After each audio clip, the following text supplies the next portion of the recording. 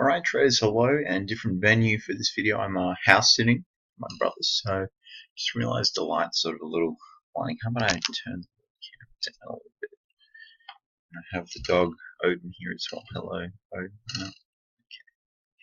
So look, Monday session, I don't trade this session unless something absolutely ridiculous happens, which it hasn't so far yet, so I'm sort of sticking to my guns in regards to that. But what we will do is go over some charts.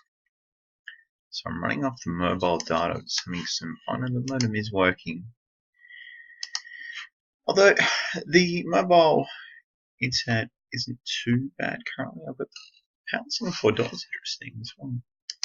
But I want to touch base on the euro to begin. And it's interesting. So it's had a bit of a bounce off support. And now it's floating a little bit lower. No trade quite yet. Just the dollars again. And let's have a look at the pound. The pound, as I discussed, I believe I did make a video. I did make a video yesterday. I don't think I made a video. I didn't make a video Saturday. I had a friend's wedding. So it was, we stayed at Crown in Perth all together. And then if you've ever, been a groomsman at a wedding, it's, it's pretty crazy on the day. So I really didn't have time to make a video. Pound US dollar. So this is below support now. I want it really to, this is a bit of a fat finger trade. I accidentally bought it. I was looking at time frames and I held it for about 20 seconds. So it wasn't really long. It got out pretty quick. Now I would look for a sell here. We've got the 55. The 55 would probably act as a stop loss. But as you can see, it's been downtrending pretty nicely as well. It's just now a matter of price action. We've got to get down to these lows previously seen, 126.61, or at least below 127 for me to really start focusing on this pair, and it's not quite done enough yet. Now,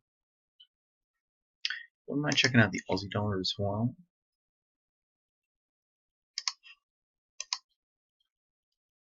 Bit of a bounce here in recovery. It's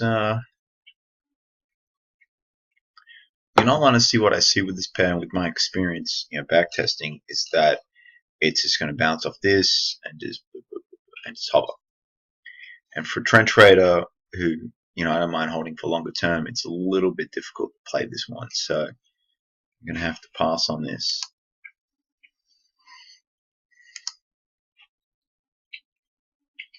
I want to trade, but at the same time, it's just, you got to be picky.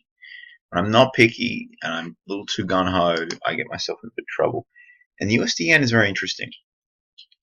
It's very sideways, sold off a little bit late last week.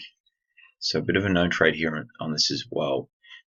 Long term, it's still pretty bullish, but it's making lower lows. So I'm not sure where it's going.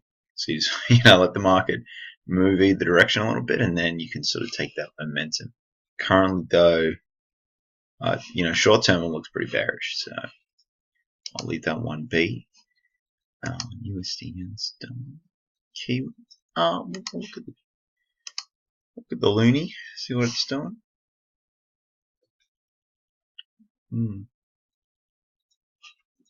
It's interesting. It's sort of similar to the yen, where there's intraday, it's pretty hard to pick a direction.